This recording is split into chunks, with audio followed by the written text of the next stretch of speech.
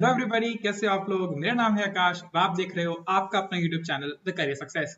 तो जैसा कि आप देख ही सकते हैं, आज हम बहुत ही ज्यादा इंपॉर्टेंट क्वेश्चंस जो कि पॉलिटी के अंदर पूछे जा सकते हैं from the very first topic, उस सबको डिस्कस करने वाले हैं in the very first video. जिसे बोलते हैं सेट वन। ठीक है, अभी एक्चुअल में बहुत ज्यादा डिफरेंट क्वेश्चंस नहीं है जो कि बहुत सारे लोगों ने टेस्ट दिया था। The first test of polity free of cost test था, फर्स्ट टेस्ट ऑफ पॉलिटी था जो फ्री ऑफ कॉस्ट था। वही क्वेश्चंस को मैं वापस रिपीट कर रहा हूँ बिकॉज अभी जैसा कि आप देख सकते हैं काफी इंपॉर्टेंट तो थे ही, मैं वो जानता ही था, लेकिन अभी यूपीएससी सीएपीएफ का एग्जाम हुआ है और इसके अंदर से भी 2 से 3 क्वेश्चन इसी सेट से पूछे जा चुके हैं, तो काफी सारे इंपॉर्टेंट रहता है। और उसके बाद सेकंड टेस्ट से भी कुछ ना कुछ क्वेश्चन यहाँ पर आए हैं, as it is directly question पूछे जा चुके हैं। तो मैं जरूर चाहूंगा कि आप लोग मेरे साथ ये क्वेश्चन को सॉल्व करें, जितने लोगों ने भी सॉल्व नहीं किया है वो सब लोग। ठीक है, चलिए गाइस, तो थोड़ा सा without further ado let's us begin with it. But before moving forward, as you know, success provide करता है बहुत सारी अपॉर्चुनिटी आपको। दैट इज, आप स्मार्ट कोर्सेज की मदद से बहुत सारे शॉर्टकट्स हो गए, ट्रिक्स हो गए एंड व्हाट नॉट, बहुत सी चीजों के रिगार्डिंग हम लोग बात करते हैं और बहुत ही डेप्थ में चीजों को पढ़ते हैं, जिसकी वजह से आप लोग बाकी सारे एग्जाम्स के अंदर भी बाकी सारी सरकारी नौकरियों के ऊपर ही आप अप्लाई कर सकते हो। नॉट जस्ट द यूपीएसआई और यूपी जो भी जूनियर असिस्टेंट वगैरह के एग्जाम्स है उनको छोड़कर और भी बहुत सारे एग्जाम्स के अंदर आप अप्लाई कर सकते हो एंड अपनी गवर्नमेंट जॉब को सिक्योर कर सकते हो। ठीक है, अच्छा गाइस, अगर आपको जो भी मैं आपको पढ़ाने वाला हूँ उसकी अगर आपको पीडीएफ की रिक्वायरमेंट हो, यानी कि आपको अगर क्वेश्चंस की पीडीएफ चाहिए हो या फिर आपको आंसर्स, क्वेश्चंस प्लस आंसर्स की आपको पीडीएफ चाहिए हो, तो आप बिल्कुल जाकर संपर्क कर सकते हैं फ्रॉम दिस पर्टिकुलर ऐप के अंदर आपको जाकर फ्री ऑफ कॉस्ट इसकी पीडीएफ मिल जाएगी। तो please go and subscribe to this particular app. और यहाँ पर अगर आपको फ्री ऑफ कॉस्ट कोई भी जो टेस्ट सीरीज हमारी होती है, अगर आप उसमें पार्टिसिपेट करना चाहते हो तो भी यहाँ पर हर संडे फ्री टेस्ट यहाँ पर अवेलेबल होते हैं। बाकी आपको यहाँ पर क्विजेस मिल जाएंगे और भी बहुत सारे मॉक टेस्ट वगैरह भी आपको मिल जाएंगे। ठीक है, तो please go check it out, link is in the description. ठीक है, चलिए, इंडिपेंडेंस डे चल रही है सर 15 अगस्त। आई होप जब आप शायद वीडियो देख रहे होंगे तो या तो 14 अगस्त को वीडियो देख रहे होंगे या फिर आप ये 15 अगस्त को वीडियो देख रहे होंगे ऑफ कोर्स। तो जो भी आपकी डेट रहे, आपको हमारी तरफ से, हमारी पूरी कैरियर सक्सेस की टीम की तरफ से हैप्पी इंडिपेंडेंस डे। एंड वहीं आपको मिल रहा है 15% का ऑफ, 15% आपको ऑफ मिल रहा है बिल्कुल। और मैं चाहता हूं कि आप जितने भी लोगों ने अभी तक सब्सक्राइब नहीं किया हमारे यूपीएसआई के कोर्स को, तो एटलीस्ट वो सब्सक्राइब कर लीजिए, बिकॉज यहाँ पर मैं आपको जीके जीएस पूरी की पूरी जनरल अवेयरनेस, पूरी की पूरी जीएस आपको बहुत ही अमेजिंग ढंग से यहाँ पर पढ़ाने वाला हूँ, जो कि आप उसका एक नमूना आज देख भी लेंगे। ठीक है, आपको सिर्फ सिंपल करना है, इस नंबर पर कॉल करना है और यहाँ पर जो भी डिटेल्स हो, आपकी जो भी क्वेरीज हो, आपको इस नंबर पर कॉल कर आपको पूछ लेनी है, या फिर आप कमेंट सेक्शन के अंदर भी अपनी क्वेरीज पूछ सकते हैं। ठीक है, और ये 15% ऑफ का जो सिस्टम है 15 अगस्त तक ही वैलिड है, आपको तो पता ही होगा। और ये नहीं खाली कि आप जितने भी और कोर्सेज हैं आप उसको भी सब्सक्राइब कर सकते हो और अपना सपना, अपनी सरकारी नौकरी का सपना बिल्कुल पूरा कर सकते हो। ठीक है, चलिए, इंट्रो है, बेसिक इंट्रो है। अगर आपको नहीं पता कि मैं कौन हूं या फिर आप मुझे पहली बार मुझसे रूबरू हो रहे हो, तो आप प्लीज जाकर आप इंट्रो थोड़ा देख सकते हैं। आपको रियलाइज होगा कि I have a decent experience in terms of the competitive exams and therefore I can give a lot to you. ठीक है, चलिए गाइस, शुरू करते हैं आज की कहानी मेरी जुबानी।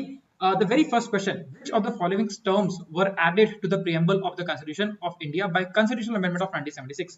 तो इसमें से कौन से ऐसे यहाँ पे 4 ऑप्शंस दिए हुए हैं, socialist, secular, integrity and fraternity. इसमें से कौन से ऐसे ऑप्शन है जो कि 1976 के में एक कॉन्स्टिट्यूशनल अमेंडमेंट के थ्रू ऐड किए गए थे। बड़ा इंपॉर्टेंट क्वेश्चन है, काफी बार पूछा जा चुका है in UPSC civil services, UPSC CAPF, UPSC CDS और भी बहुत सारे एग्जाम्स के अंदर एसएससी वगैरह के एग्जाम्स का फेवरेट क्वेश्चन रह चुका है। चलिए, तो आई होप आप लोगों ने, काफी सारे लोगों ने आंसर कर दिया होगा। वेल, लेट अस सी इसका क्या सोल्यूशन रहने वाला है। सोशलिस्ट का मतलब क्या होता है? इसे बोलते हैं समाजवादी, जो समाज के रिगार्डिंग आपकी योजना रखे उसे बोलते हैं समाजवादी। सेक्युलर का मतलब होता है धर्मनिरपेक्ष, जो धर्म जहां पर भी कोई भी एक प्रॉपर धर्म नहीं होता उसे बोलते हैं धर्मनिरपेक्ष, मतलब कोई भी एक प्रॉपर रीजन को फॉलो ना करना। इंटीग्रिटी का मतलब क्या होता है? आप यहाँ पर ऑनेस्टी दिखाएं। इंटीग्रिटी का मतलब क्या होता है? ऑनेस्टी। एंड फ्रेटर्निटी का मतलब होता है ब्रदरहुड। ठीक है, आई थिंक थोड़ा सा टेक्स्ट थोड़ा छोटा हो रहा है ना, एनीवेज थोड़ा सा बड़ा कर देते हैं। नेक्स्ट, ओके, तो ब्रदरहुड, ये सारे के सारे आपको देखने को मिलेंगे प्रीएम्बल ऑफ द कॉन्स्टिट्यूशन के अंदर आपको देखने को मिलेंगे। प्रीएम्बल के रिगार्डिंग बात करें तो प्रीएम्बल जो था हमने लिया था यूएसए से हमने उठाया था प्रीएम्बल वाला कॉन्सेप्ट। और प्रीएम्बल इज आल्सो, प्रीएम्बल को एक तरह से एक समरी भी बोलते हैं कॉन्स्टिट्यूशन की। प्रीएम्बल के अंदर, ये प्रीएम्बल वही है जो कि आपने एनसीईआरटी की बुक्स अगर आपने पढ़ी है, एनसीईआरटी की बुक्स पढ़ी है, तो एनसीईआरटी की बुक्स में द वेरी फर्स्ट पेज, एक बुक के ऊपर क्या होता है, एक बुक के अगर हम देखें तो for example this is the book right. तो बुक के इस साइड ऑफ पेजेस के ऊपर क्या होता है, यहाँ पर पेज नंबर या फिर कह लो एक तरह से आपके पैसे वैसे लिखे होते थे, और नेक्स्ट पेज पे आपको या तो इस वाले पेज के ऊपर या फिर कुछ बुक्स के अंदर इस वाले पेज के ऊपर भी आपको पूरा का पूरा प्रियम्बल देखने को मिलता था, जिसके अंदर आपको लिखा था पूरी की पूरी डेफिनेशन एंड ऑल सब कुछ लिखी हुई थी, ठीक है। अच्छा, this was preamble was also the very first piece of document which was mentioned in the objective resolution क्या था? तो पहला ऐसा पीस ऑफ डॉक्यूमेंट था जो कि पास हुआ था इन द कंस्टिट्यूएंट असेंबली के अंदर पास हुआ था 1946 के अंदर, ठीक है। अच्छा जी, और इसके अंदर बिल्कुल जिक्र था प्रियम्बल का क्या था? बिल्कुल जिक्र था, ठीक है। चलिए तो एक बार देखते हैं, प्रियम्बल आज तक के इतिहास में एक ही बार अमेंडमेंट की जा चुकी है प्रियम्बल की, that happened to be in 1976। कौन सा? 42nd अमेंडमेंट 1976 के अंदर क्या किया गया था? इसको ऐड किया गया था। 46th अमेंडमेंट काफी ज्यादा बड़ी अमेंडमेंट थी, इसीलिए मिनी कॉन्स्टिट्यूशन भी इसको बोलते हैं। किसका बोलते हैं? मिनी कॉन्स्टिट्यूशन भी इसको बोलते हैं, ठीक है। तो सबको फास्ट बोल रहा हूँ, थोड़ी सी ये ज्यादा एक्स्ट्रा नॉलेज है जो काफी ज्यादा काम आने वाली है। तो इस मिनी कॉन्स्टिट्यूशन के अंदर बहुत सारे प्रोविजंस, बहुत सारे बदलाव किए गए थे, इसे बोलते हैं मिनी कॉन्स्टिट्यूशन। ये किसकी पार्टी में किए गए थे? इंदिरा गांधी जी की गवर्नमेंट थी, दैट इज इंदिरा गांधी जी के टाइम पर यहाँ पर किया गया था। और इसके बाद क्या हो गई थी? वहां पर हमारे देश के अंदर इमरजेंसी भी लग गई थी। उसके बाद अल्टीमेटली निकल कर आते हैं तो पहली बार इमरजेंसी लगी 1976 के अंदर। 1976 के एक्चुअली इमरजेंसी के दौरान ये बहुत सारे चेंजेस किए गए थे। उसके बाद अल्टीमेटली 1977 के अंदर 1976 के बाद इलेक्शंस होते हैं, जनता पार्टी पहली बार जीत कर आती है और पहली बार हमारे देश के फर्स्ट नॉन कांग्रेस पीएम बनते हैं, जिनका नाम क्या था? Morarji Desai became the very first non Congress PM, ठीक है। चलिए काफी चीजों के रिगार्डिंग बात कर ली मैंने। तो सोशलिस्ट, सेक्युलर, इंटीग्रिटी, ये तीन ऐसे वर्ड्स हैं जिनको ऐड किया गया था 42nd अमेंडमेंट 1976 के अंदर, और फेटर्निटी ऐड नहीं किया गया था। फेटर्निटी वाज एग्जिस्टिंग, पहले से ही एग्जिस्ट कर रहा था ब्रदरहुड। तो आंसर क्या हो जाएगा? ऑप्शन नंबर बी 1, 2 एंड 3, ठीक है। आई होप आप लोग बिल्कुल साथ में हो चल रहे हो मेरे। थोड़ी सी स्पेस में आपको कम भी कर दूंगा, I think it is very much sufficient. मेरे ख्याल से काफी सारे लोग इसका आंसर जानते भी हैं। तो आगे बढ़ते हैं नेक्स्ट क्वेश्चन की तरफ। नेक्स्ट क्वेश्चन क्या बात कर रहा है सर? नेक्स्ट क्वेश्चन बोलता है which of the following is और आर करेक्ट फीचर्स। इसमें बताना है कौन से करेक्ट फीचर्स हैं ऑफ कॉन्स्टिट्यूशन के अंदर, इसके कॉन्स्टिट्यूशन के बारे में, मतलब संविधान के रिगार्डिंग कौन से इसमें करेक्ट फीचर्स हैं, थोड़ा इसको देखते हैं। It can never be detained as it's a source of making loss. देखिए यहाँ पर मैंने आपको YouTube के ऊपर जो मेरी फर्स्ट वीडियो थी YouTube के ऊपर, जो कि आप लोग जानते भी हैं, जिसके अंदर हमने देखा था क्लास 1 ऑफ पॉलिटी के नाम से आपको वो मिल जाएगी कि जीएस किस तरह से पढ़े। इसके अंदर मैंने आपको लास्ट के अंदर, उस वीडियो के लास्ट के अंदर, आई थिंक 40 मिनट्स के आसपास की वीडियो होगी, उसके लास्ट में मैं आपको कुछ चीजें मैंने पढ़ाई भी थी। सेपरेशन ऑफ पावर कॉन्सेप्ट पढ़ाया था, और मैंने आपको कॉन्स्टिट्यूशन क्या है, संविधान क्या है, ये भी आपको पढ़ाया था। उसी के बेसिस के ऊपर आपको बिल्कुल ये क्वेश्चन सॉल्व कर सकते हो। देखते जरा क्वेश्चन क्या बोलता है। It can never be detained as it's a source of making loss. बिल्कुल ये स्टेटमेंट आपको बिल्कुल बताई थी। दैट इज कॉन्स्टिट्यूशन क्या है? एक बेसिक लॉ है। एक बेसिक लॉ है मतलब क्या है? एक ऐसा बेस है जिसके ऊपर क्या होता है, सारी क्या होती है, बिल्डिंग्स क्या होती है, खड़ी होती है। तो ऐसा बेस है, ऐसा क्या है? बेस है। संविधान क्या है? एक बेस है, एक बेसिक लॉ है, एक ऐसा बेसिक लॉ है जिसके बेसिस के ऊपर बाकी सारे लॉज क्या होते हैं, फ्रेम होते हैं। तो आप इस बेसिक लॉ को खत्म नहीं कर सकते, क्योंकि इसी के ऊपर तो सारे क्या हैं, लॉज बने। अगर यही खत्म हो गया तो क्या हो गया? अल्टीमेटली पूरे के पूरे जो भी यहाँ से एग्जिस्टेंस लॉज बने हैं वो क्या हो जाएंगे? वो भी खत्म हो जाएंगे। तो बिल्कुल सही स्टेटमेंट है, the very first statement is बिल्कुल right. That is it can never be detain नहीं किया जा सकता इसको, मतलब इसको खत्म नहीं किया जा सकता, क्योंकि ये क्या है? Source of making loss. ये क्या है? सोर्स है। Source is very important word, ठीक है। बिल्कुल ठीक है, फर्स्ट स्टेटमेंट बिल्कुल right. Second statement, constitution is a basic law, बिल्कुल सही बात है। Amendments of the constitution explain the flexibility of constitution. हमारे देश में 104 अमेंडमेंट हो चुकी हैं, अभी रिसेंटली कुछ और भी वेरिएशंस वगैरह आ गए, बट आप फिलहाल मान के चलिए 104 104 अमेंडमेंट यहाँ पर हमारे देश में हो चुकी हैं। इसलिए मतलब क्या है? 104 बार बदलाव किए जा चुके हैं। अमेंडमेंट का मतलब क्या रहता है? बदलाव। अमेंडमेंट का मतलब क्या होता है? बदलाव किए जा चुके हैं, चेंज किए जा चुके हैं। इसका मतलब क्या है? कि बिल्कुल फ्लेक्सिबिलिटी डिसाइड कर रहा है, फ्लेक्सिबिलिटी के बारे में बात कर रहा है। अच्छा, एक चीज होती है रिजिडनेस, एक चीज होती है रिजिड। तो हमारा कॉन्स्टिट्यूशन फ्लेक्सिबल भी है और रिजिड भी है। रिजिड क्या बताता है? That is basic structure. Kesavananda Bharati case 1973 के अंदर जो केस हुआ था, केशवानंद भारती केस, इस केस के अंदर सुप्रीम कोर्ट ऑफ इंडिया यहाँ पर एक टर्म इस्तेमाल करता है, दैट इज बेसिक स्ट्रक्चर के अंदर क्या बोला गया कि जो भी चीजें बेसिक स्ट्रक्चर के अंदर मेंशन्ड है, उन चीजों के अंदर कोई भी बदलाव नहीं किया जा सकता। इसके अलावा आप पूरे के पूरे कॉन्स्टिट्यूशन के अंदर क्या कर सकते हो? बदलाव कर सकते हो, अमेंडमेंट कर सकते हो। अच्छा, एक बार मुझे कमेंट सेक्शन में बताइए, कमेंट सेक्शन के अंदर या चैट सेक्शन के अंदर लिख के बताइए, कमेंट सेक्शन के अंदर बताइए मुझे कि अमेंडमेंट किस आर्टिकल नंबर से की जाती है, किस आर्टिकल के अंदर मेंशन किया हुआ है। Article number which is responsible for the amendment in the constitution. Amendment यानी बदलाव अगर कॉन्स्टिट्यूशन में लाने हैं तो कौन सा आर्टिकल यहाँ पर रिस्पांसिबल रहेगा, बताइए जरा, ठीक है। चलिए, पार्लियामेंट सुप्रीम, गलत जी, पार्लियामेंट सुप्रीम नहीं है, सुप्रीमेसी तो है, पर लेकिन पार्लियामेंट की सुप्रीमेसी नहीं है। यहाँ पर क्या है? हमारे देश में कॉन्स्टिट्यूशन क्या है? सुप्रीम है। कॉन्स्टिट्यूशन ऑफ इंडिया क्या है, सुप्रीम है। कॉन्स्टिट्यूशन मतलब कॉन्स्टिट्यूशन यानी संविधान सबसे ऊपर है, पार्लियामेंट सबसे ऊपर नहीं है, ठीक है। अगर हम बात करें न्यूजीलैंड की या फिर कोई और बहुत सारे ऐसे कंट्रीज और भी हैं, तो इस सब के अंदर क्या रहता है, न्यूजीलैंड या ऐसे और भी जो भी कंट्रीज है, इवन यूके के अंदर क्या रहता है, दैट इज पार्लियामेंट सुप्रीम रहती है, वहां पर पार्लियामेंट ज्यादा ऊपर है as compare to the constitution of India, ठीक है। तो ये सारे फीचर्स हैं। अगर फीचर्स की रिगार्डिंग और भी बात करें तो हमको पता है हमारा कॉन्स्टिट्यूशन लेंथियस्ट कॉन्स्टिट्यूशन आता है, हमारा कॉन्स्टिट्यूशन लेंथियस्ट कॉन्स्टिट्यूशन है, हमारा कॉन्स्टिट्यूशन बोरोड कॉन्स्टिट्यूशन है, ठीक है, बोरोड कॉन्स्टिट्यूशन है। देन कम्स इज हमारे देश में ये तो हो गया देयर इज कॉन्स्टिट्यूशन सुप्रीम। साथ साथ में हमारा कॉन्स्टिट्यूशन क्या है, रिटर्न कॉन्स्टिट्यूशन है। रिटर्न कॉन्स्टिट्यूशन है कि अगर हमें बदलाव लाने तो आप बिल्कुल बदलाव ला सकते हैं। हमारे कॉन्स्टिट्यूशन के अंदर सिंगल सिटीजनशिप का कॉन्सेप्ट यहाँ पर दिया हुआ है। Then if I talk about ऐसे और भी बहुत सारे प्रोविजन है। देन कम्स इज हमारे पास जो हमारा सुप्रीम कोर्ट है, सुप्रीम कोर्ट यानी जुडिशरी क्या है, हमारी इंडिपेंडेंट है, जुडिशरी इज इंडिपेंडेंट, ठीक है। ये सारे के सारे प्रोविजन है हमारे फीचर्स ऑफ कॉन्स्टिट्यूशन के अंदर आते हैं, ठीक है। ओके चलिए, तो बेसिकली 1, 2 एंड 3 इज फाइन। तो आंसर क्या हो जाएगा, आंसर हो जाएगा ए इज ऑप्शन राइट, 1, 2 एंड 3, ठीक है। चलिए आगे बढ़ते हैं। Citizenship amendment act falls under which of the following parts of the constitution. बहुत ज्यादा आसान क्वेश्चन, मतलब क्या ही पूछेंगे इससे ज्यादा आसान। इस क्वेश्चन का आंसर आप लोग आई थिंक कर ही देंगे, बिल्कुल बहुत ही आसान सा है। Citizenship amendment act CAA NRC and CA काफी ज्यादा पॉपुलर हुआ था। इसमें पूछ रहा है, इस क्वेश्चन में पूछ रहा है कि सीएए सिटीजनशिप अमेंडमेंट एक्ट जो था बेसिकली ये किस केस के अंदर, किस पर्टिकुलर पार्ट के अंदर आता है। तो बड़ा सिंपल सा पार्ट है, पार्ट नंबर 2 इसका आंसर है, क्योंकि part 2 basically talks about the citizenship के रिगार्डिंग की बात करता है, पार्ट 2 ऑफ द कॉन्स्टिट्यूशन, ठीक है। अच्छा देखो, दो टाइप की होते हैं, एक होते हैं पार्ट, यहाँ पे लिखा हुआ है पार्ट्स, एक होता है पार्ट्स, एक होता है शेड्यूल्स। तो पार्ट्स कितने हैं हमारे पास पार्ट्स कितने हैं, हमारे कॉन्स्टिट्यूशन में 25 पार्ट्स हैं। लेकिन अगर आप नंबर्स के हिसाब से देखो तो आपको 22 नंबर तक ही दिखा जाएगा। मतलब अगर 1 2 3 4 5 6 7 करोगे तो आपको 22 नंबर तक ही दिखने को मिलेगा। लेकिन हम फिर क्यों बोलते हैं 25 पार्ट्स है, क्योंकि इसमें बहुत सारे ऐसे पार्ट्स हैं जो कि आपको रिपीटेटिव देखने को मिलेंगे। फॉर एग्जांपल आपको 4A देखने को मिलेगा, 9A देखने को मिलेगा, 9B देखने को मिलेगा, 9C देखने को मिलेगा। तो मतलब क्या है, यहाँ पर 9 के ही क्या होंगे, 3 पार्ट्स हो गए। तो ऐसे कर करके आपको और भी बहुत सारे पार्ट्स देखने को मिलेंगे। बहुत सारे ऐसे प्रोविजंस भी है जो कि आपको देखने को नहीं मिलेंगे। फॉर एग्जांपल 7th नंबर आपको देखने को नहीं मिलेगा, बिकॉज रिमूव कर दिया गया बाद में, ठीक है। चलिए, तो पार्ट्स कितने हैं, 25 पार्ट्स यहाँ पर एग्जिस्ट कर रहे हैं। Then if I talk about there is something called as schedules is also there. Schedules कितने हैं, शेड्यूल्स का फंडा क्या है। देखो, शेड्यूल्स हमारे देश में पहले कितने थे, 8 शेड्यूल थे, लेकिन अभी इसको इंक्रीज कर दिया 12 कर दिया गया है। मतलब जब हमारा देश हमारा कॉन्स्टिट्यूशन बना था 1950 के अंदर, जब हमारा लॉन्च हुआ था कॉन्स्टिट्यूशन, एंड तब क्या हुआ था, दैट इज 8 शेड्यूल थे, लेकिन over the period of time amendments के थ्रू यहाँ पर 12 शेड्यूल टोटल मिलाकर हो गए, ठीक है।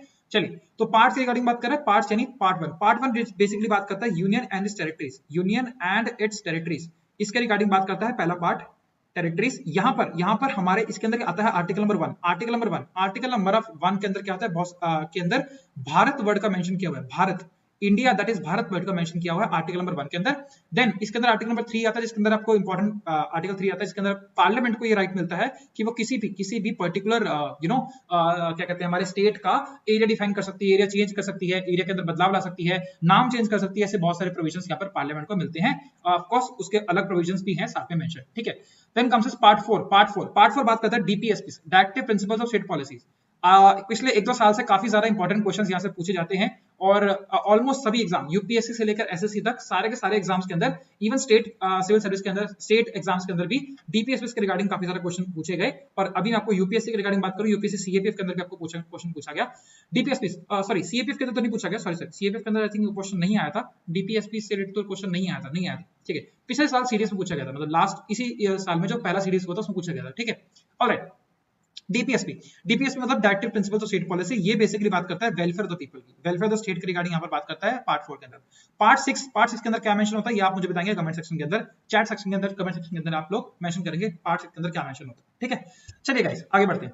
नेक्स्ट क्वेश्चन बेसिकली बात करता है, काफी अच्छे क्वेश्चन फ्रेम किए हुए हैं। आई होप आपको बहुत मजा आएगा, ठीक है। और इसी क्वेश्चन को थोड़ा सा रीफ्रेम कर सीएपीएफ के अंदर पूछा गया। इस ईयर के सीएपीएफ अभी जो हुआ है रिसेंटली, उसमें पूछा गया यही क्वेश्चन को हल्का सा रीफ्रेम करके, ठीक है। चलो, पूछता है क्या, as per the provisions of constitution which of the following is correct. कौन सा क्या है, सही आपको स्टेटमेंट बतानी है। Only parliament has power to legislate over the subject under the concurrent list. देखो, सेम फर्स्ट लेक्चर जो मैं आपको यहाँ पर क्लास में लिया था, जो मैं आपको फर्स्ट लेक्चर बताया था, उसमें मैंने आपको बताए थे सेपरेशन ऑफ पावर का कॉन्सेप्ट बताया था, है ना, सेपरेशन ऑफ पावर का कॉन्सेप्ट बताया था। फिर मैंने आपको एक और कॉन्सेप्ट बताया था जिसे बोलते हैं distribution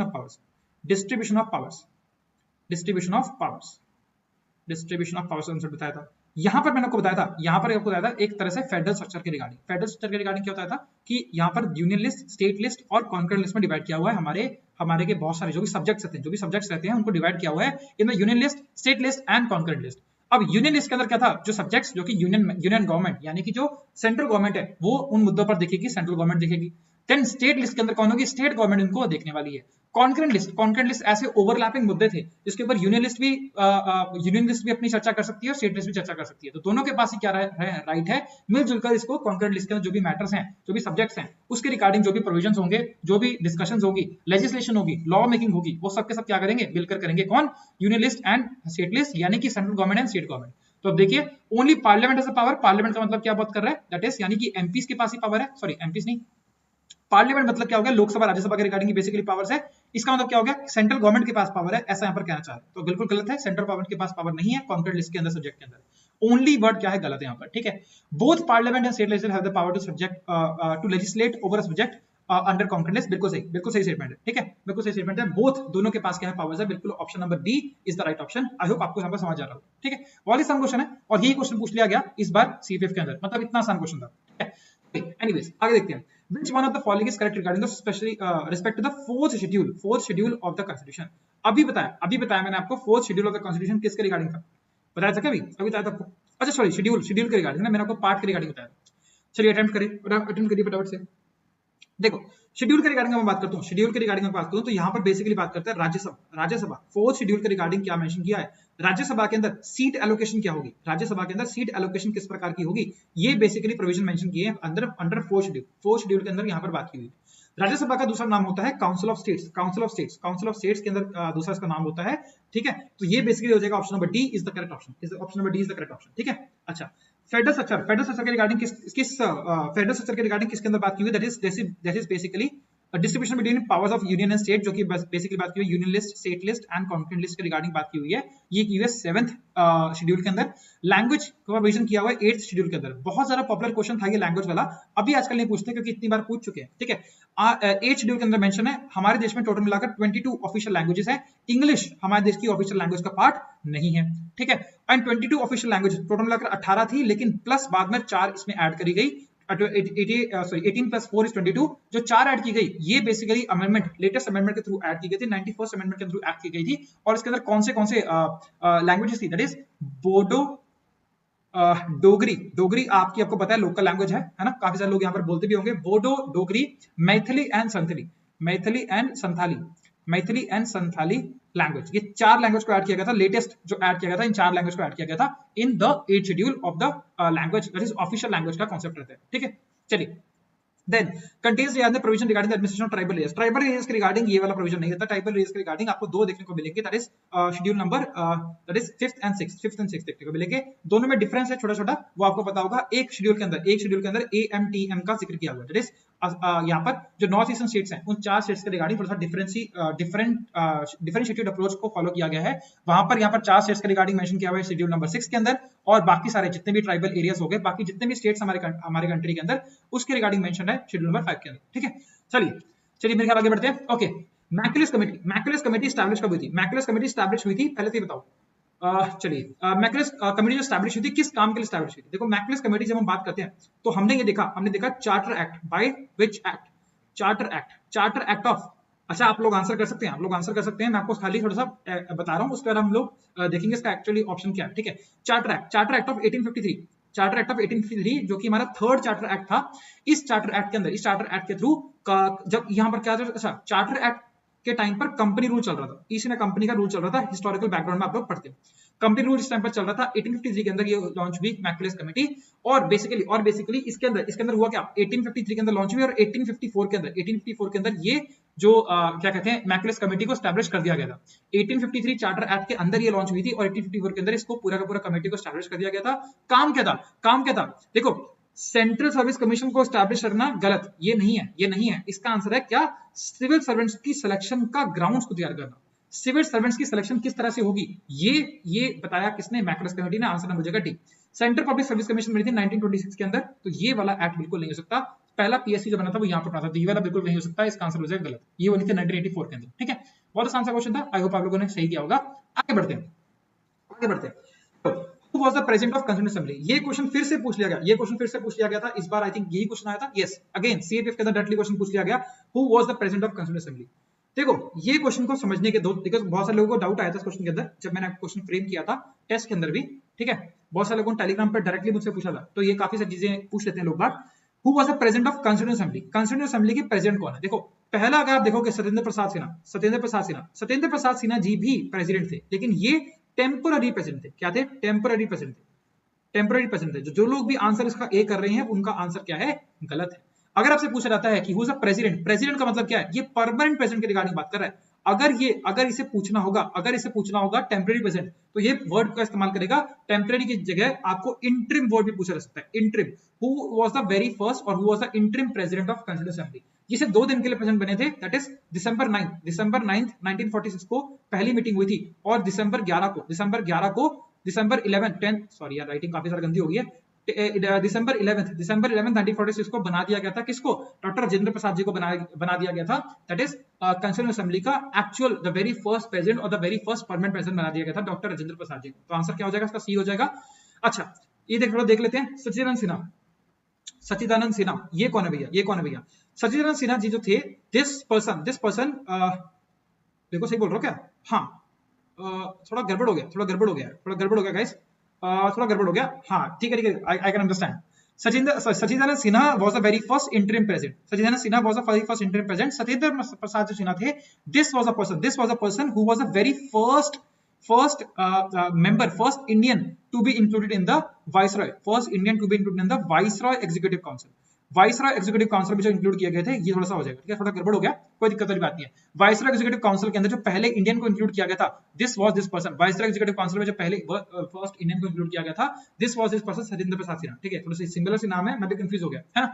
Sachchidanand Sinha was the very first interim president, जो कि मैंने आपको बताया, ठीक है। और राजेंद्र प्रसाद जो थे वेरी फर्स्ट एक्चुअल प्रेसिडेंट या फिर परमानेंट प्रेसिडेंट यहाँ पर थे। अच्छा, वाइस एग्जीक्यूटिव काउंसिल बेसिकली ये जो पहले फर्स्ट इंडियन थे सत्येंद्र प्रसाद सिन्हा, इनको इंक्लूड किया गया था वाइस एग्जीक्यूटिव काउंसिल में। लेकिन ये किस एक्ट के अंदर किया गया था include? That is Indian council act. अब इंडियन काउंसिल एक्ट भी 3 आए थे, तो ये कौन सा इंडियन काउंसिल एक्ट होने वाला है? This is the Indian council act of 1909, जिसको आप बोलते हो मोंटाग्यू स्टैनफोर्ड रिफॉर्म भी इसको आप बोलते हो, ठीक है। सॉरी, मॉडले मिंटो रिफॉर्म्स भी यहाँ पर बोलते हो, मॉडले मिंटो रिफॉर्म्स भी यहाँ पर आपको इसको बोलते हो, 1999 के इंडियन काउंसिल एक्ट को बोलते हो, ठीक है। चलिए, सर्वपल्ली राधाकृष्णन, इनके बारे में हम लोग जान लेते हैं। सर्वपल्ली राधाकृष्णन एक्चुअल में गांधी जी के काफी सारे फेवरेट थे, ठीक है। और सर्वपल्ली राधाकृष्णन जी ने इन्होंने काफी सारा काम किया था, और अल्टीमेटली जब हमारे देश में अमेंडमेंट के थ्रू, दैट इज लैंग्वेज के बेसिस के ऊपर जो हमारे देश के अंदर स्टेट्स को डिवाइड किया जाने लगा। फॉर एग्जांपल पंजाबी जो बोलते हैं उनको पंजाब में कर दिया, देन तमिलनाडु का, आंध्र प्रदेश का डिसइंटीग्रेशन होता है। ये सब की सब जो चीजें हुई लैंग्वेज के बेसिस के ऊपर, या फिर लैंग्वेज को बहुत ज्यादा प्रोमिनेंसी दी जाने लगी in the terms of the states का पूरा दर्जा दिया जाने लगा। उस फील्ड में काम किया था सर्वपल्ली राधाकृष्णन जी ने, ठीक है। एक सेकेंड, ओके, गलत हो गया, एक सेकेंड, फिर से एक छोटी सी मिस्टेक हो गई है guys, sorry for that. Anyways तो बताता हूँ, सर्वपल्ली राधाकृष्णन ये नहीं है, उनका नाम है पट्टाभी सीतारामैया, ठीक है। मैं आपको बता दूंगा नेक्स्ट क्वेश्चन में एक्चुअली आने वाला है, थोड़ा सा मैं आपको उसका कॉन्सेप्ट बता दिया। सर्वपल्ली राधाकृष्णन जो थे, ये हमारे कौन से थे, ये हमारे देश के क्या बोलते हैं, वाइस प्रेसिडेंट रह चुके हैं, और ये ही was the very first vice president of country, and he was a person जिसे मिलता था भारत रत्न, जिनको पहला भारत रत्न से नवाजा गया था। दिस पर्सन सर्वपल्ली राधाकृष्णन, ठीक है। तो ये वाला स्टेटमेंट थोड़ी गलत हो जाएगी, कि थोड़ा मैं कांजी पे चला गया, ठीक है। चलो एनीवेज कोई दिक्कत वाली बात नहीं। ओके, आई थिंक थोड़ा सा ज्यादा पेस हो गया, थोड़ा बढ़ गया, इसलिए थोड़ा सा काम ज्यादा खराब हो गया। ओके, एनीवेज, पीआईएल का कॉन्सेप्ट जो था, पब्लिक इंटरेस्ट लिटिगेशन का जो कॉन्सेप्ट था, पीआईएल का कॉन्सेप्ट था, जो कि जुडिशियल सिस्टम के अंदर इस्तेमाल किया जाता है, वो कहां से लिया? वो हमने कहां से लिया? द आंसर इज यूएसए से हमने लिया था। ये वाला कंसेप्ट का पूरा आंसर लिया था यूएसए से लिया था। आयरलैंड से हमने क्या लिया था? आयरलैंड से हमने लिया था कि दैट इज हम लिया था डीपीएसपीस का जो कॉन्सेप्ट था, जो मैंने आपको बताया, ये कहां से आया था? ये आया था आयरलैंड से आया था। साथ ही साथ में राज्यसभा के अंदर जो हमारे प्रेसिडेंट 14 मेंबर्स को नॉमिनेट करते हैं, 14 मेंबर को नॉमिनेट करते हैं, वो किसके अंदर आया? दैट इज ये वाला प्रोविजन हमने कहां से लिया? आयरलैंड से लिया। साउथ अफ्रीका से हमने क्या लिया? साउथ अफ्रीका से हमने लिया अमेंडमेंट का कॉन्सेप्ट जो था, अमेंडमेंट ऑफ कॉन्स्टिट्यूशन का कॉन्सेप्ट था, वो हमने क्या लिया? साउथ अफ्रीका से लिया। यूएसए से हमने काफी सारी चीजें ली है। फॉर एग्जांपल प्रीएम्बल, मैंने आपको बात करी प्रीएम्बल के regarding. Then comes vice president का इलेक्शन किस तरह से होगा उसके रिगार्डिंग, प्रेसिडेंट के रिगार्डिंग भी बहुत सारे इंपॉर्टेंट प्रोविजन हमने वहां से लिए। देन कम्स जुडिशियल सिस्टम के रिगार्डिंग, जुडिशियल सिस्टम के रिगार्डिंग हमने काफी सारे प्रोविजन वहां से लिए। फॉर एग्जांपल जुडिशियल रिव्यू की पावर होगी, या फिर कह सकते हैं इंडिपेंडेंट लेवल ऑफ जुडिशरी हो गया, सुप्रीम कोर्ट के जज का रिमूवल किस तरह से किया जाएगा, ये सब हमने प्रोविजन कहां से लिए, दैट इज यूएसए से लिए। कनाडा, कनाडा से हमने लिया फेडरेशन, फेडरेशन का कॉन्सेप्ट, मतलब फेडरल कंट्री कॉन्सेप्ट हमने कहां से लिया, कनाडा से लिया। और साथ ही साथ हमने देखा कि federation with the strong centre, centre के पास क्या हो ज्यादा पावर्स हो, इसके रिगार्डिंग प्रोविजन कहां से लिए, कनाडा से लिए। साथ ही साथ में रेजिडरी पावर, रेजिडरी पावर जो कि कनाडा के जो कि हमारे पास सेंटर के पास होती है, वो भी कहां से लिया हमने, दैट इज कहां से लिया, दैट इज कनाडा से लिया। ठीक है, चलिए इसका आंसर क्या हो जाएगा, USA, USA United states of America. Right, by the way fundamental right का कॉन्सेप्ट भी मैंने बताया नहीं आपको, फंडामेंटल राइट का कॉन्सेप्ट भी हमने याद लिया था, यूएसए से लिया था फंडामेंटल राइट्स का कॉन्सेप्ट। यूएसए के एक bill of rights, bill of rights, bill of rights करके हमने एक डॉक्यूमेंट, पीस ऑफ डॉक्यूमेंट है, वहां से हमने उठाया क्या, फंडामेंटल राइट का कॉन्सेप्ट। ठीक है, ऑलराइट ऑलराइट, आगे बढ़ते हैं। Okay, this particular question, distribution of powers between center and state, center and states के बीच में distribution of power concept जो होता है वो किस एक्ट के बेसिस पर प्रोवाइड किया गया, किस एक्ट के बेसिस पर प्रोवाइड किया गया, सेंटर और स्टेट के बीच में डिस्ट्रीब्यूशन ऑफ पावर्स। मैं आपको बता चुका हूं, अभी बताया था आपको डिस्ट्रीब्यूशन ऑफ पावर्स के रिगार्डिंग, शेड्यूल भी बताया था मैंने आपको, अभी बताया था डिस्ट्रीब्यूशन ऑफ पावर किस तरह से हो सकता है, क्या हो सकता है, किस पर्टिकुलर एक्ट के अंदर बताया गया। चलो तो समझते जरा, मॉर्ले मिंटो रिफॉर्म्स 1909। देखो पहली बात समझो, जो यहाँ पर पहले नाम लिखा है मॉर्ले, मॉर्ले, मॉर्ले जो मॉर्ले है, Morley and Minto, Lord Minto, Lord Minto was the viceroy. और ये क्या है, ये क्या है, ये है सेक्रेटरी, ये क्या है सेक्रेटरी, ये क्या सेक्रेटरी। तो ये पहला जो नाम होता है वो रिप्रेजेंट करते हैं क्या, सेक्रेटरी, और जो सेकंड जो नाम होता है उससे रिप्रेजेंट करते हैं वाइसरॉय। तो Lord Minto was a viceroy जब यहाँ पर क्या हुआ, 1909 का ये एक्ट पास हुआ। इसके अंदर बेसिकली सेपरेट इलेक्टोरेट किया गया था, मुस्लिम्स को प्रोवाइड किया गया था। देन अभी मैंने आपको बताया सत्येंद्र प्रसाद सिन्हा जो कि पहले इंडियन थे, वाइसरॉय एग्जीक्यूटिव काउंसिल में इनको इंक्लूड किया गया। तो यहाँ पर दो मेजर काम हुए थे मॉर्ले मिंटो रिफॉर्म्स के अंदर। ये सेम ही है जिसे बोलते हैं Indian council act. Indian council act जो था 1909 के अंदर आया था, उसी का दूसरा नाम क्या है, मॉर्ले मिंटो रिफॉर्म्स। ठीक है, अच्छा जी, मिंटो को क्योंकि इन्होंने पहली बार मुस्लिम्स को सेपरेट इलेक्टोरेट प्रोवाइड करने की बात की गई थी, इसीलिए मिंटो को बोला जाता है फादर ऑफ कम्युनल इलेक्टोरेट। ये भी क्वेश्चन बहुत इंपॉर्टेंट क्वेश्चन है जो कि आपसे पूछा जा सकता है। Communal electorate, father of communal electorate पूछा जाता है, दैट इज क्वेश्चन में, तो आपको मेंशन करना है लॉर्ड मिंटो। ठीक है, चलिए मोंटागे शैनफॉर्ड रिफॉर्म 1919 के अंदर है, 1919 के अंदर है मोंटागे शैनफॉर्ड रिफॉर्म। इसको कभी-कभी गवर्नमेंट ऑफ इंडिया एक्ट आपको देखने को मिलता है 1919 का। ये भी इसका नाम सिमिलर नाम है।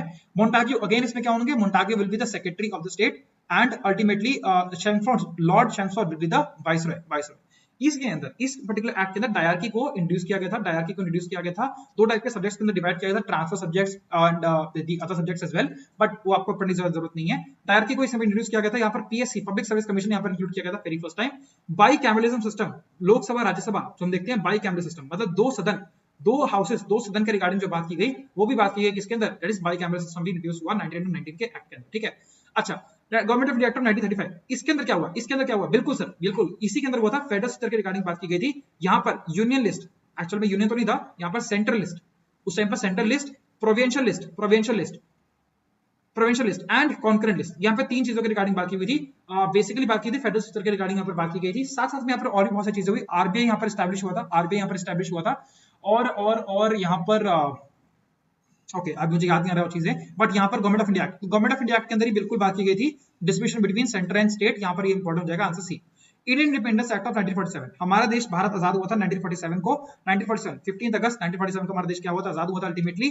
और इस आजादी के टाइम पर भी ये जो एक्ट आया था, इससे हमारे देश को पूरी की पूरी सोवेनिटी मिल गई थी, हमारा देश पूरी तरह से आजाद हो चुका था। और यहाँ पर बहुत इंपॉर्टेंट प्रोविजन था, दैट इज यहाँ पर जो प्रिंसली स्टेट्स थे, जो राज्य थे, जो ऐसे राज्य थे जिनके कोई ना कोई राजा हो, मतलब जो राजा या रानी जिन भी स्टेट्स को चलाते थे, प्रिंसली स्टेट्स जो थे राजा रानी के अंडर थे, उन स्टेट्स को यहाँ पर ऑप्शन दिए गए कि या तो वो इंडिया एज यूनियन को ज्वाइन कर ले, या फिर मतलब या तो पाकिस्तान एज यूनियन को ज्वाइन कर ले, या फिर इंडिया एज यूनियन को ज्वाइन कर ले, या फिर वो इंडिपेंडेंट रह सकते हैं। जैसे कि आप जो जानते ही हो, जम्मू कश्मीर राजा हरि सिंह ने ये डिसाइड किया गया था कि वो क्या रहेंगे, इंडिपेंडेंट रहेंगे अंडर दिस पर्टिकुलर एक्ट। ठीक है, आसान चीजें, आई थिंक आप लोगों को पता ही होगा, और काफी सारे लोगों ने इसमें पार्टिसिपेट भी किया था, तो आप लोगों के लिए बहुत ज्यादा it's gonna be a piece of cake for you guys. ठीक है, चलिए, Which of the following is all correct? Correct बताना है।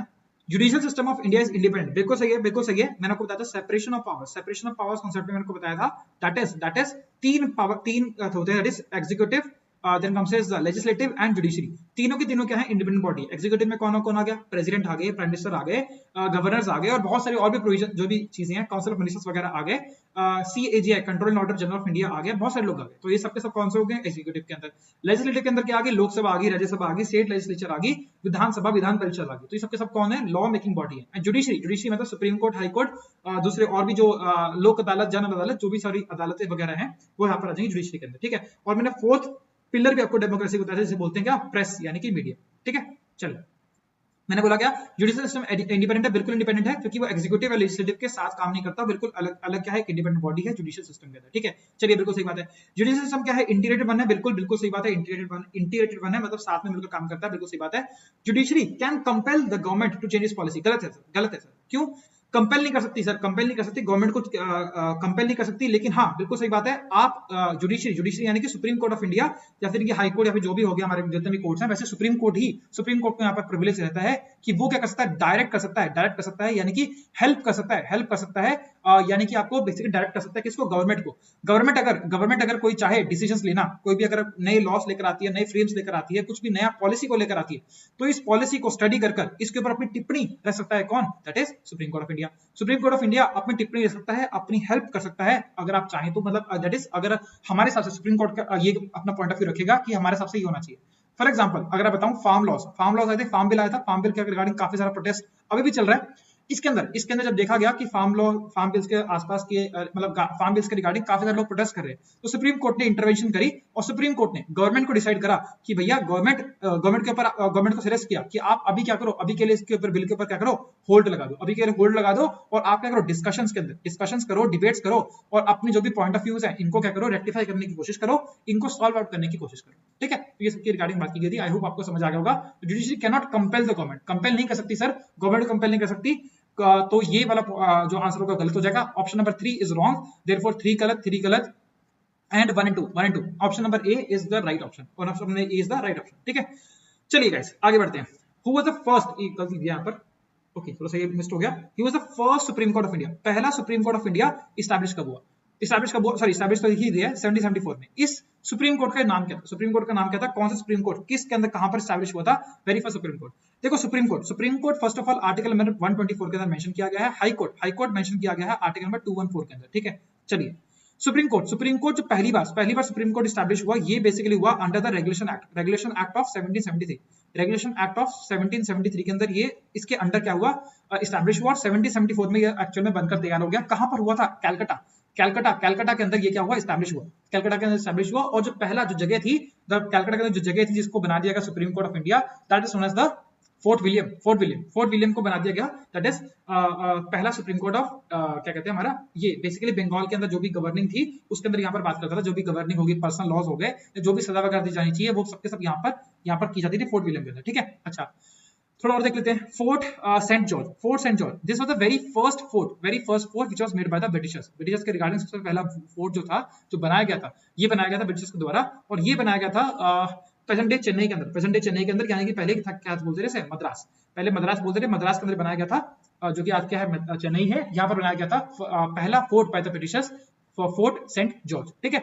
अच्छा थलासरी फोर्ट एक्चुअल में is also one of the very old forts out there, but ये basically कहां पर है, ये आता है केरला के अंदर कन्नौज डिस्ट्रिक्ट केरला के अंदर आता है, that is this Thalassery fort, ठीक है। चलिए आगे बढ़ते हैं। ओके गाइस, बड़ा सिंपल सा क्वेश्चन है, imagine the following, okay let me give you some, थोड़ा सा टाइम आपको देता हूं, let's try to solve this particular question.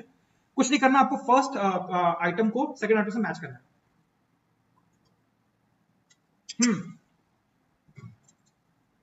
चलिए बड़ा समझा क्वेश्चन था, देखिए जरा एक बार देख लेते हैं।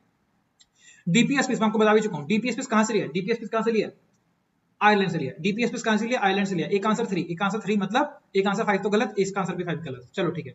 अब देखते हैं आंसर नंबर 3, ओके बी का 5 है, सी का 2 और डी का 2, सी और डी में कंफ्यूजन है, तो सी क्या बोलता है, concurrent list of union states relation, concurrent list का कांसेप्ट कहां से आया, कॉन्करेंट लिस्ट का कांसेप्ट आया सर, कहां से आया, ऑस्ट्रेलिया से दो कांसेप्ट हमने उठाए हैं, दैट इज ऑस्ट्रेलिया से हमने उठाया कॉन्करेंट लिस्ट का कांसेप्ट, एंड कॉन्करेंट लिस्ट के कांसेप्ट हमने उठाया ऑस्ट्रेलिया से, प्लस हमने उठाया ट्रेड एंड कॉमर्स। तो आप मुझे बताओ, अब आप लोग मुझे बताओगे trade and commerce, trade and commerce के नाम पर एक प्रॉपर पार्ट है हमारे कॉन्स्टिट्यूशन के अंदर, पार्ट एक कॉन्स्टिट्यूशन के अंदर मेंशन है, विच पार्ट ऑफ कॉन्स्टिट्यूशन, जो कि जिसका नाम क्या है, जिसका बेसिकली काम क्या है, that is trade and commerce. जो भी हमारे ट्रेड वगैरह होता है या फिर कॉमर्स होता है, जो भी हमारे कुछ भी हो गया, इससे रिलेटेड जो भी चीज होगी वो किस पार्ट ऑफ कॉन्स्टिट्यूशन के अंदर मेंशन है, आप लोग मेंशन करोगे कमेंट सेक्शन के अंदर, ठीक है।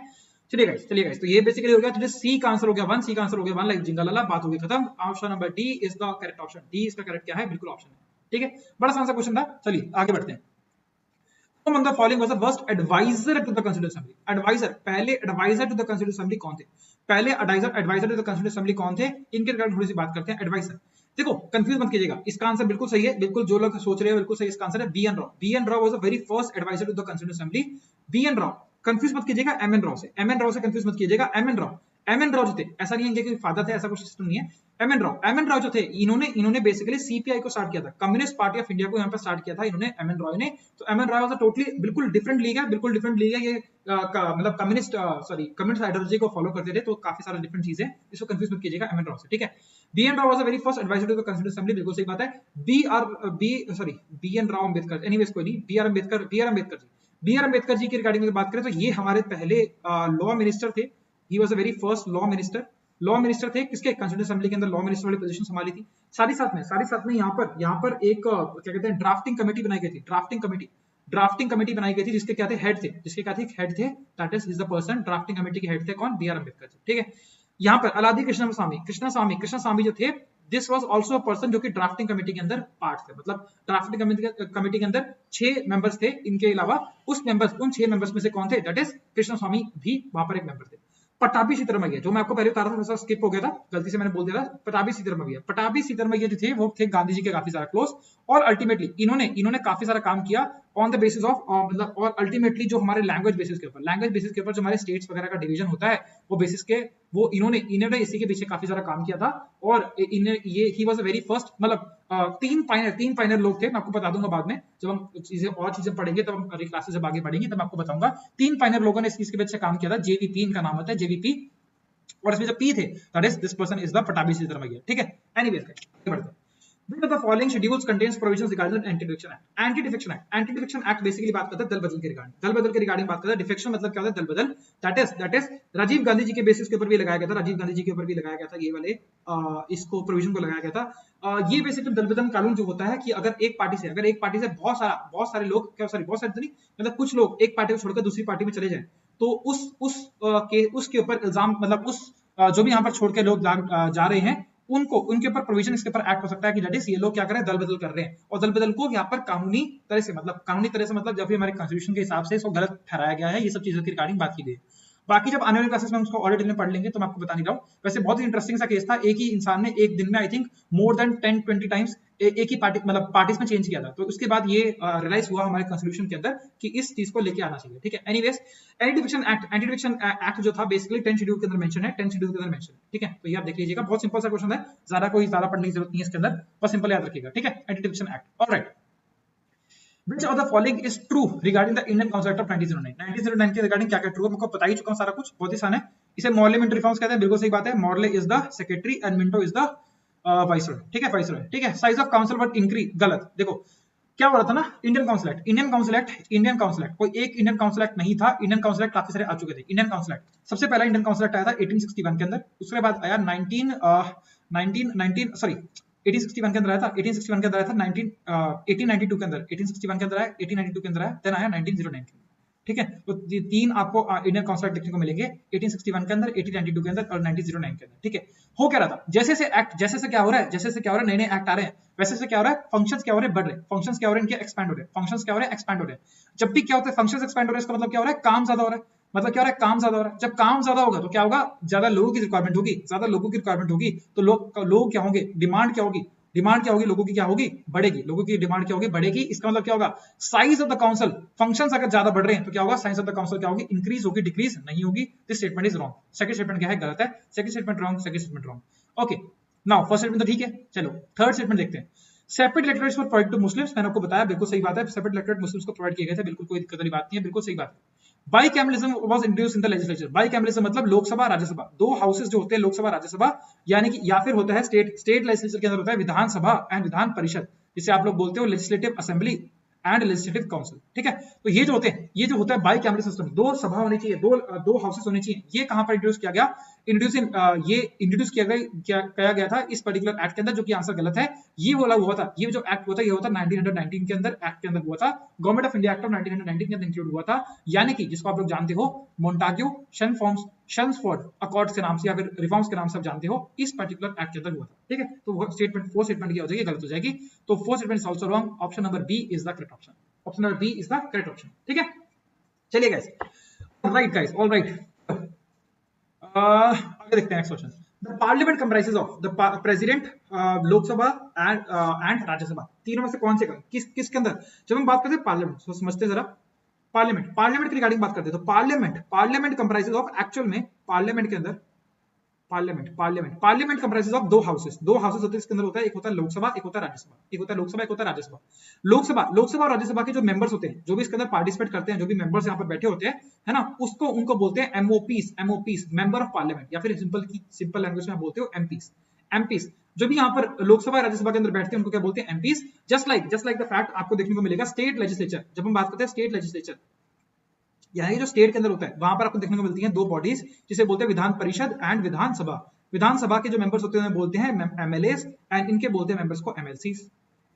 ठीक है, तो विधानसभा, विधान परिषद। ठीक है, चलिए, अच्छा सर, तो ये होते हैं। देखो प्रोसीजर क्या होता है, आपको वो बताता हूँ। अगर मान लो कोई लॉ पास होना है, उसका प्रोसीजर क्या होता है, थोड़ा समझते जरा प्रोसीजर क्या होता है। देखो क्या होता है हमारे देश में, क्या होता है, पहले कोई भी अगर लॉ पास होना है, कोई भी लॉ नया बनाना है, कानून बनाना है, कोई भी नया, तो पहले उसके लिए क्या होता है? प्रपोजल आता है, उसे बोलते हैं बिल। एक बिल होता है, बिल को या तो लोकसभा के अंदर या तो राज्यसभा के अंदर पहले पेश किया जाएगा।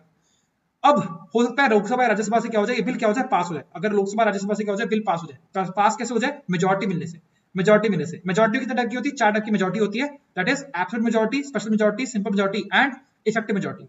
ये सबके रिगार्डिंग अभी आपको पढ़ना नहीं है, अभी छोड़ो, हम नेक्स्ट क्लासेस के अंदर देख लेंगे। मेजॉरिटी, अगर मान लो कोई बिल पेश हुआ, फॉर एग्जांपल लोकसभा में पेश हो गया, पहले लोकसभा से पास हो गया वो बिल, तो अल्टीमेटली क्या मेजॉरिटी, तो क्या होगा? ये अल्टीमेटली क्या जाएगा? राज्यसभा के अंदर जाएगा, और राज्यसभा के अंदर पास हो, अगर पहले राज्यसभा के अंदर पेश हुआ था, तो अब क्या जाएगा? लोकसभा के अंदर जाएगा।